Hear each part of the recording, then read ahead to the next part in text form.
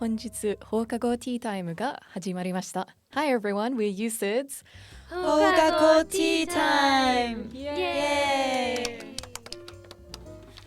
Welcome to another episode of the University of Sydney's Houkago Tea Time. We have many things we'd like to go through, but first 始める前にまず Acknowledgement of Country を知っていただきたいと思います。どうぞお願いします。 Today we are meeting on Gadigal land. We acknowledge the traditional custodians of the land on which we meet today, the Gadigal people of the Eora Nation, and pay our respects to elders past, present, and emerging. 今日、私たちはガディガルの土地に介しています。この土地を代々受け継ぎ、守ってきたエオラネーションのガディガルの人々を尊重し、過去及び現在、そしてその後継者となる人々に慎んで敬意を表します。はい、ありがとうございます。Houkago Tea Time is a fortnightly podcast organized by Sydney University's Japanese Studies Department, run by Japanese Studies students, made for all students interested in Japanese culture. Before we get into the episode, let's go around and introduce our host for today. こんにちは、モーディです。今日はジャスミンティーを飲んでいます。Hi, I'm Modi. Today I'm drinking jasmine tea. こんにちは、セイラです。今日はコーヒーを飲んでいます。Hi, I'm Sarah and today I'm drinking coffee. こんにちは、ニビです。今日は暑いから水を飲んでいます。Hi everyone, I'm Nivi and since it's hot today, I'm just drinking water. Well, I hope everyone's settled in nice and comfy with your drinks ready to go. Today, we have some very special guests joining us. We are lucky to have Vice Consul Mr. Shimmura and Ms. Gunawan from the Consulate-General of Japan in Sydney with us today. 袋地Shimmuraさん、Gunawan様、本日のエピソードにご出演いただきありがとうございます。恐れ入りますが、まずは簡単にご自己紹介をいただきますでしょうか。こんにちは、シドニー総領事館から来ました副領事の新村と申します。よろしくお願いします。はい、皆さんこんにちは。シドニー総領事館の広報文化班のグナワン・アマンダです。よろしくお願いします。よろしくお願いします。よろしくお願いします。新村様は領事としてどのようなご活動に携わっていらっしゃいますか？はい、私は今政務班、政治関係のお仕事と広報文化関係の仕事をしています。グラワン様はどのようなご活動をなさっていらっしゃいますか？仕事はジェットのプロモーションをします。そうなんですね。グナワン様はジェットプログラムでのご経験について少しお聞かせいただけますでしょうか？はい、私の経験ですか？はい。大学を卒業してからジェットプログラムで1年間日本に住んでいました。その時、長崎県の平戸に住んでいました。AEDT で働きました。楽しかったです。すごいですね。なんでジェットプログラムを経験したんですか？子供の時から、日本に興味があります。だから、夢は、日本に住みたいと思いました。いいですね。新村様は、今勤めている仕事をどうしてますか？特に。はい、私は日本をもっと世界にプロモートしたいなと思って、外交官になりました。なんでオーストラリアに来ましたか？これはただただラッキーだったからです私はここに来る前はバングラデシュで働いていたんですけれども、その後東京のヘッドクォーターから次はシドニーで働いてくださいと運よく言われまして、幸いシドニーに来ることができました。じゃあシドニーに来てくれてありがたいです。こちらこそありがとうございます。じゃあ最後の質問でご趣味はどのようなことをなさっていますか？私はスポーツが好きで、特にサッカーが大好きです。私、最近太鼓をし始めました。どっちもすごく楽しそうですね。よく、しますか？太鼓とサッカー。私は残念ながらサッカーをする友達がいないので、オーストラリアで一度もサッカーができてません。友達募集中です。じゃあぜひ先生たちを誘ってください。ぜひよろしくお願いします。なんで太鼓をやり始めましたか？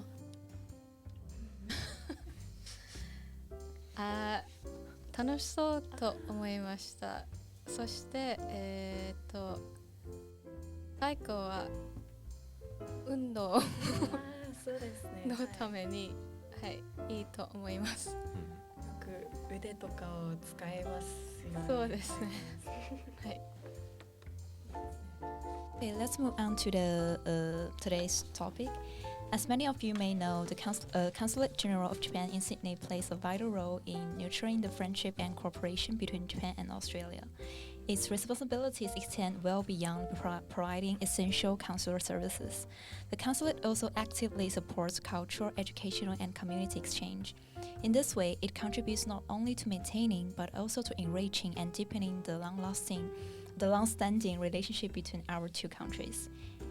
And since we are very fortunate to have some special guests with us today, we thought it'd be a great chance to talk about a few topics that I'm sure Japanese studies students at USYD will be aching to hear more about. So we'll start off with the JET program.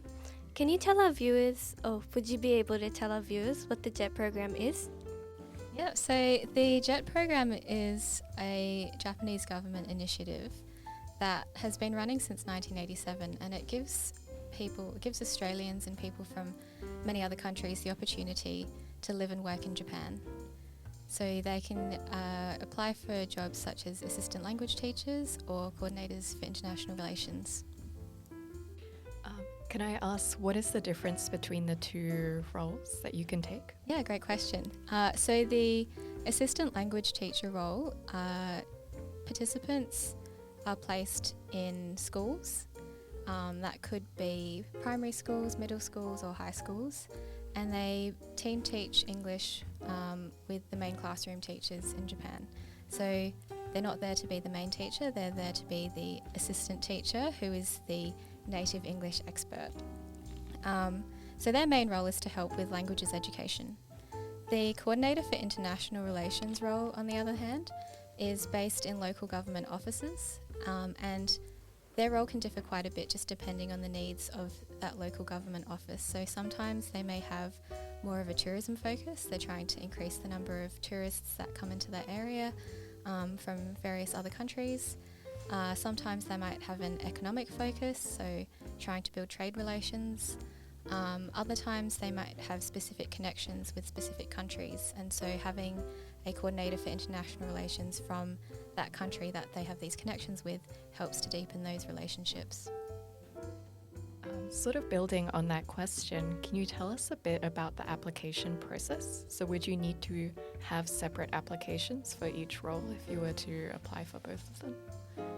You can do the application as one, but there are slightly different requirements. So specifically with the coordinator for international relations role, you do need to have at least an N2 level of Japanese.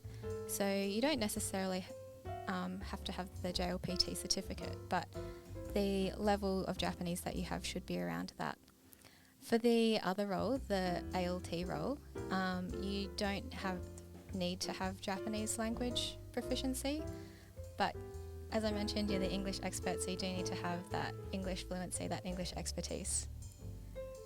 Then apart from that, the application, so currently it's an online application. It's quite a lengthy application as well. There are quite a lot of documents that you need to prepare in order to be able to submit that. But basically, the applications open once a year from about September to November. And that's for the people who are interested in starting the program the following year. And then the minimum requirement for everyone is that they do have a bachelor's degree in something. Yeah, it sounds very helpful. And as an international student, I'm very interested in how can international student apply for the JET? So if you are an international student in Australia, it does mean that you would have to double check that your country of citizenship is a participating country in the JET program. And if they are, then you would need to follow the application procedure for that country. So for Australians, they can apply through the Embassy of Japan in Canberra, but for international students, they'll just need to check that they can apply through their country of citizenship. Yeah. And what qualities do you look for in successful JET applicants? Yeah, there's quite a few useful qualities, I think, that we look for. So one, I mentioned earlier having skills in English and Japanese, so having strong communication skills is very important. Also being able to communicate in that professional way, being open-minded to new experiences, new people, different cultures, being adaptable, because you will potentially be moving to a country that you've never been to and you're starting a new job, so you do need to adapt to that new environment.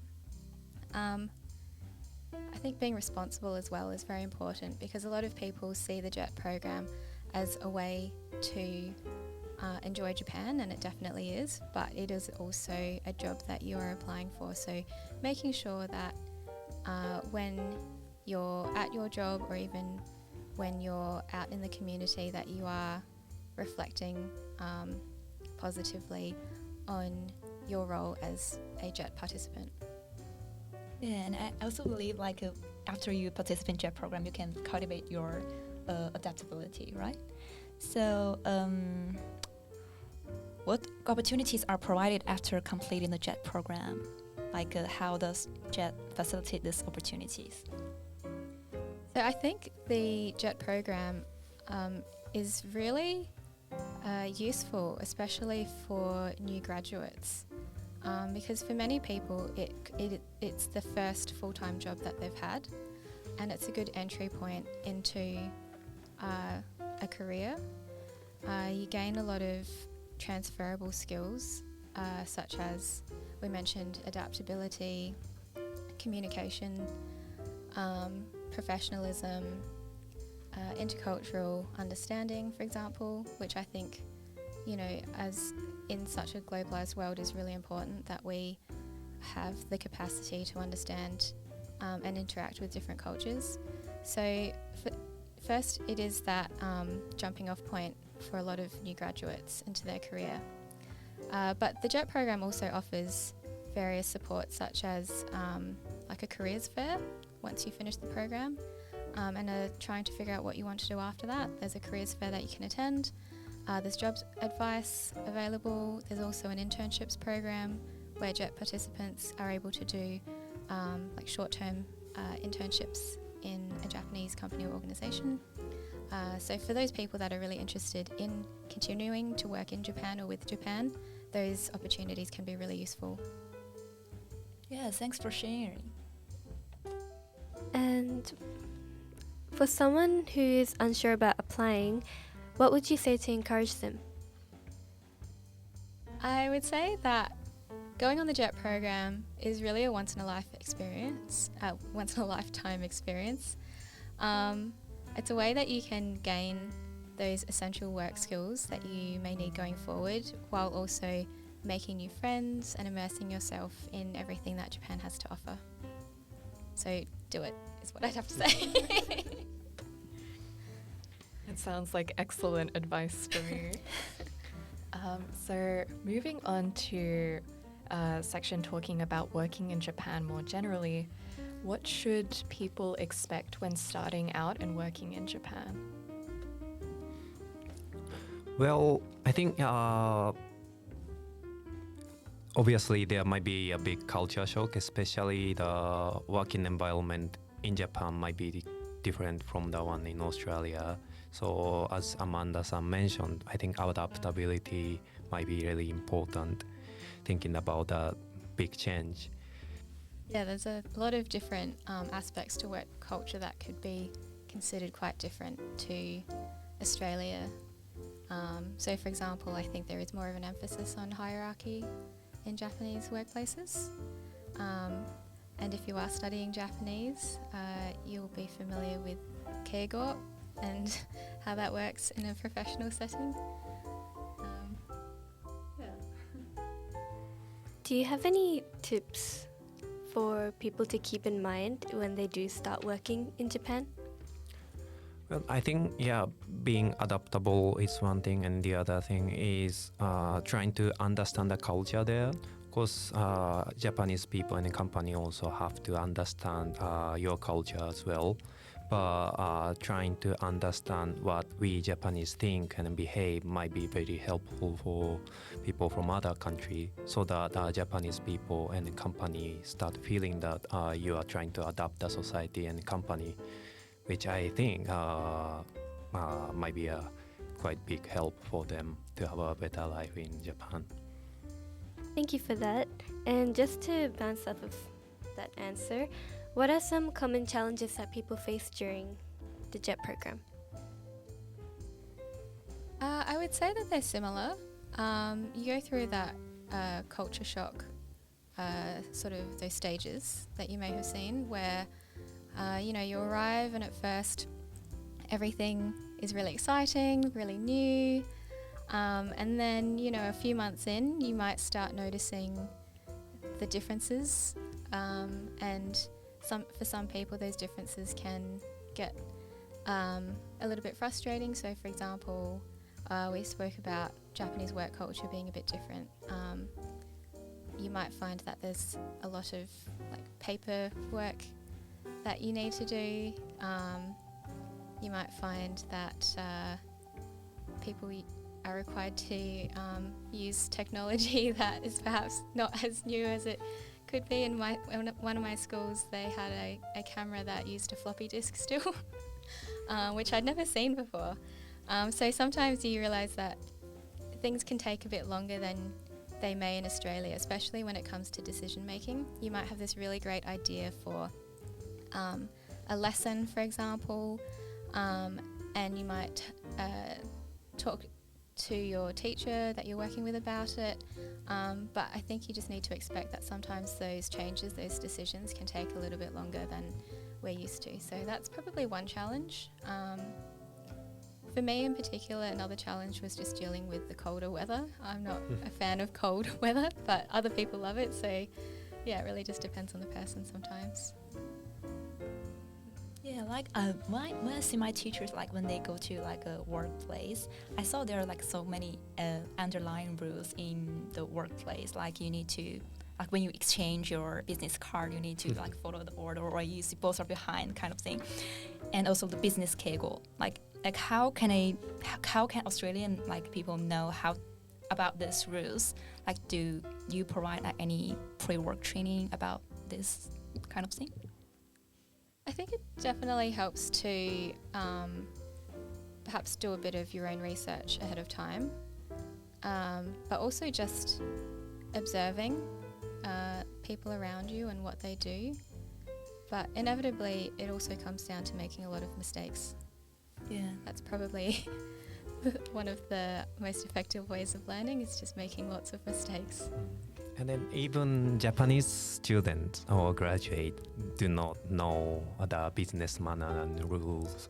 So when I first started working in a Japanese university, before I started working in the ministry, I was working in a university. So when I was working in a university, first lecture I got was about business manner. So that's where I learned how to exchange business card, how to use keigo properly, these things. Also, when I started working in the ministry as well, I got similar lesson. So I think there are many occasions or opportunities for you to be able to learn this business culture in Japan. I also really like the advice that you gave about making mistakes. I think it's very human to make mistakes, but I think the thing that you can control is the way that you react to it and then learning and improving that for next time. So I think that's really great advice.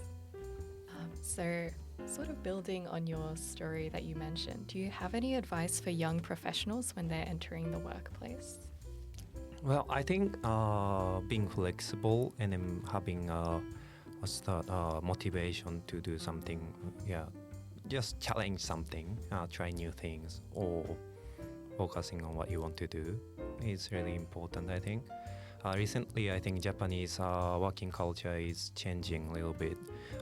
It used to be like once you start working in a company, you work there for 30, 40 years until your retirement.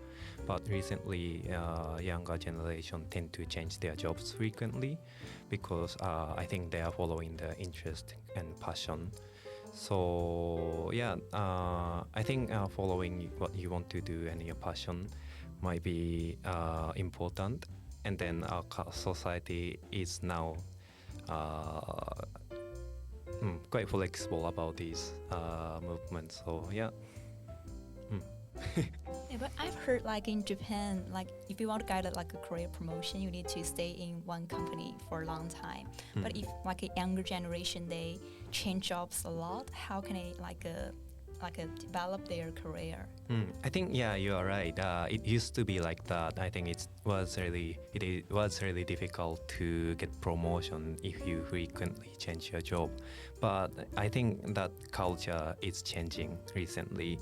So if you have capability, if you have skills, even though you change your career many times, I think you will be highly assessed and then get promotion no matter where you go and no matter how many times you change your career, I think.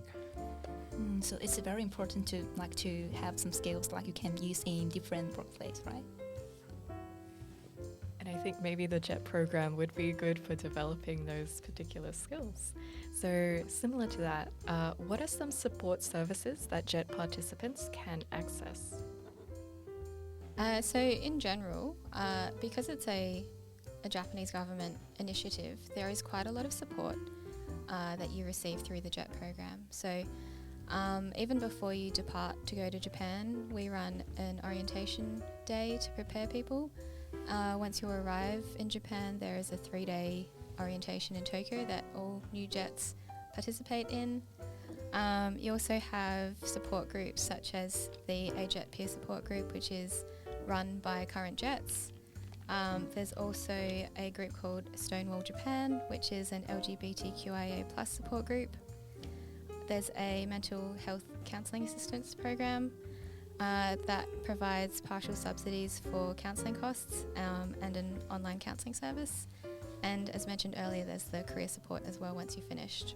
But in general, JET, having been run for so many years, has a huge community. So not only do you have all the JETs that are currently in Japan, which currently is about 5,900, you also have all of the JET alumni that have done the program and are still quite involved and want to help people who are interested or who have finished up on the program and are wondering what to do next. So there is just that huge community support. I think that number, we all gasped a little bit. That is a very large number of participants. But I think that's quite encouraging for people going into the program to see such a big community that they can rely on as well. So that's really cool. How much money should someone save before moving overseas for work as a kind of safety net? Like, is there like a minimum you would recommend? There isn't really a special number that we recommend. And for something like the JET program, it really depends on where you get placed. So often it's recommended to have maybe at least a month's savings before you go, because you're often having to wait a month to receive your first pay check. But usually it's better to get those details once you've been placed, to get that advice from the place that you're going to.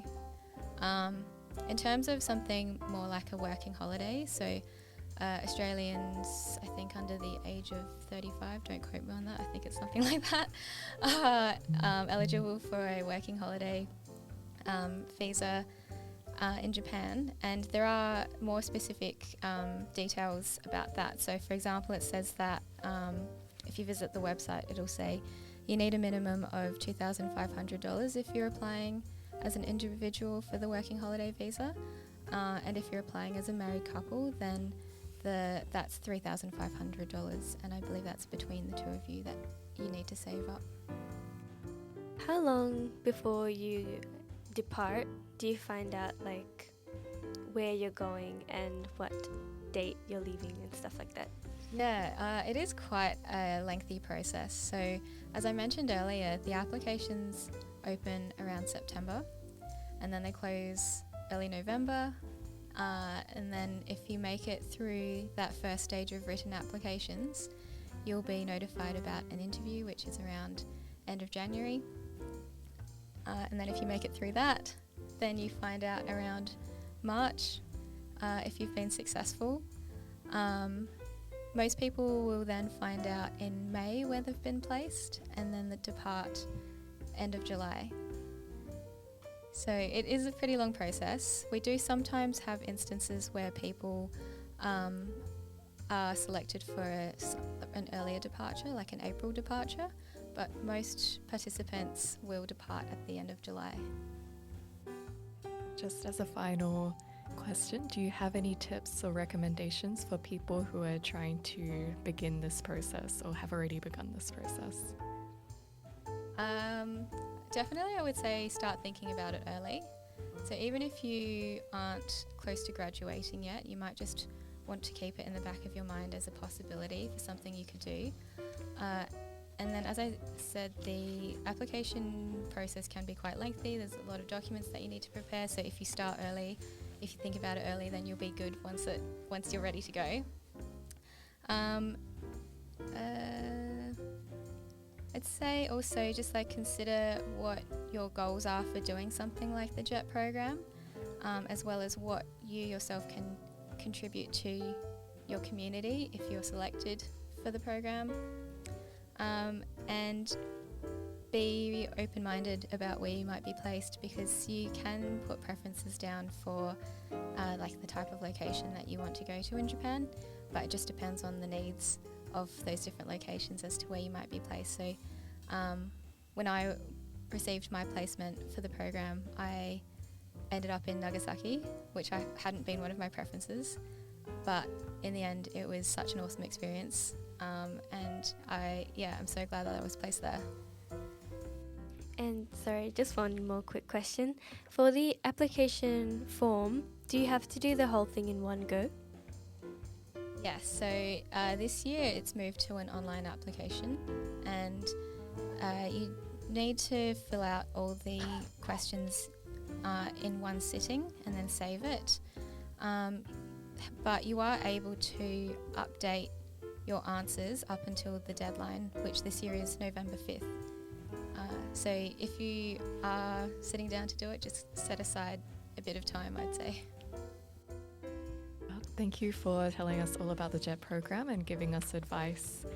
And to anybody who's listening to the podcast, like Ms. Gunawan said, it is November 5th, so please consider that and take some time to fill out the application form if that is something that you are interested in.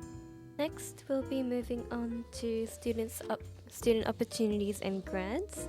So I wanted to ask you both, which scholarships are available for this program?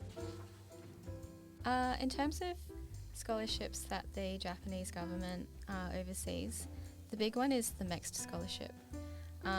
So there are 4 different categories that people can apply for with the MEXT scholarship. There's the undergraduate category for people who are wanting to do complete studies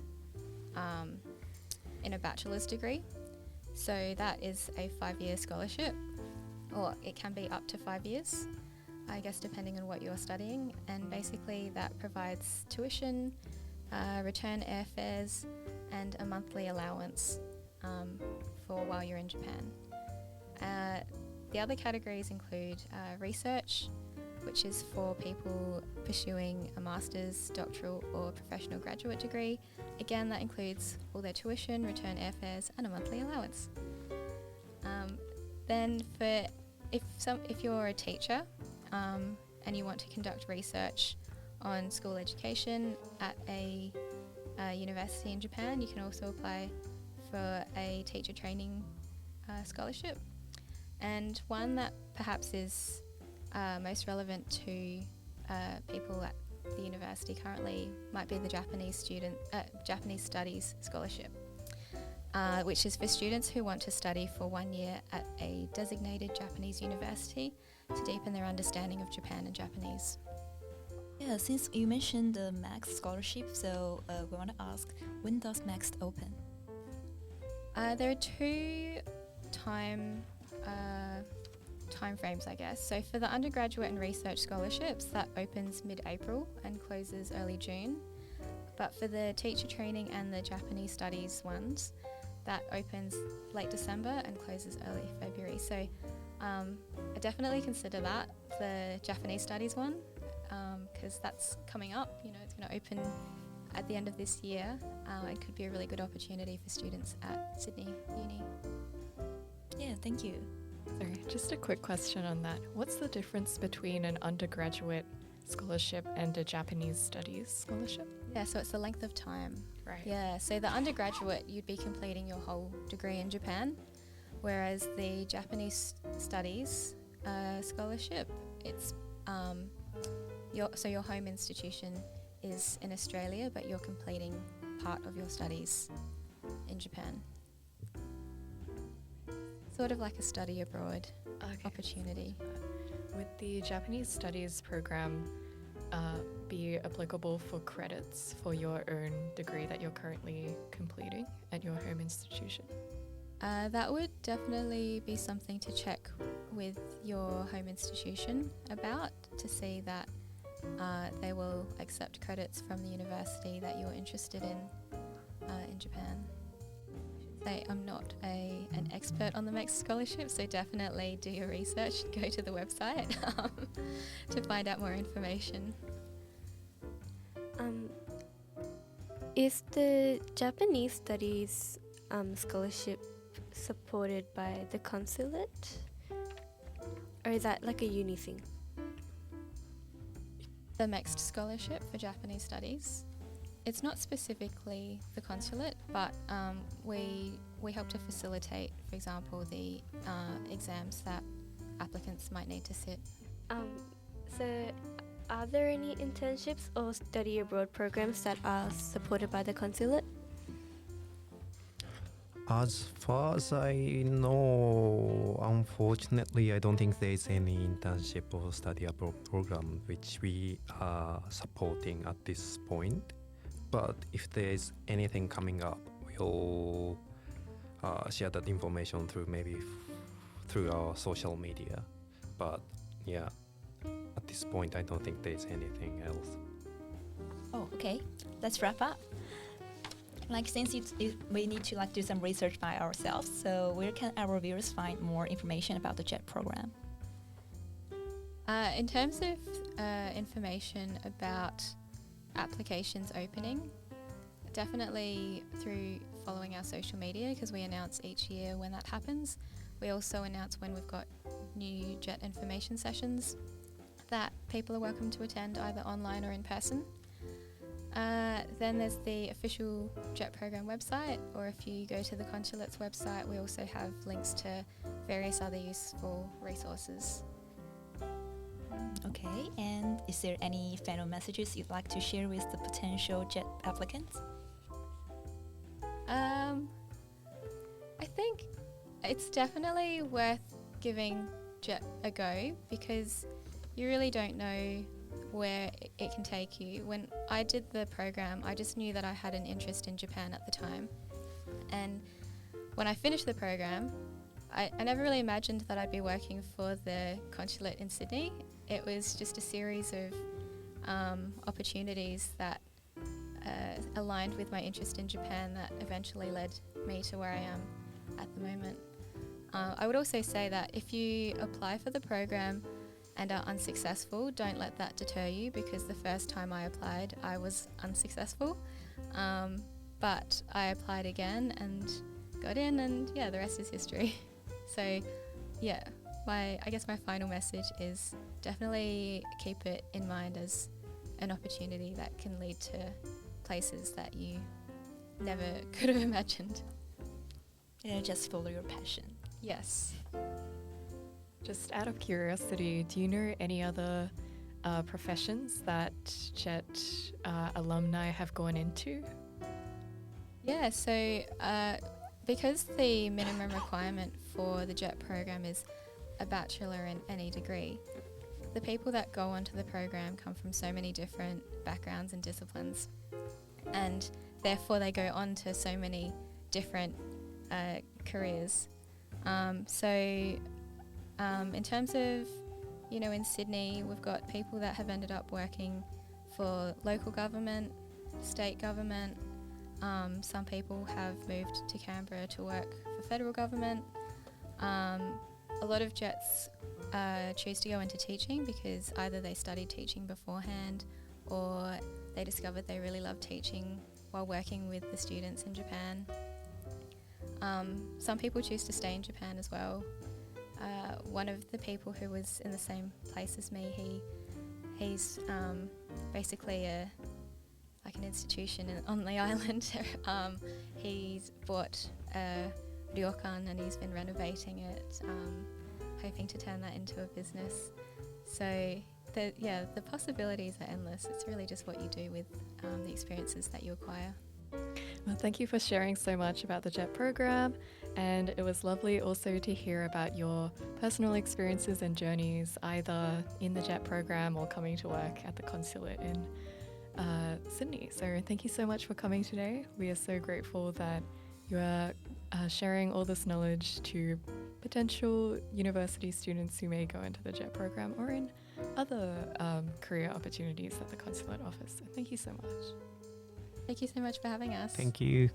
本日シドニー大学放課後ティータイムスペシャルエピソードいかがでしたか？ If you want to stay updated, please subscribe to our YouTube channel or our Spotify page. You can also follow our Instagram UC.teatime. For our Japanese studies students at UC, you can also stay updated on our Japanese e-community campus page. では本日のエピソードを聞いていただきありがとうございました。また次のエピソードでお会いしましょう。せーの、またねー。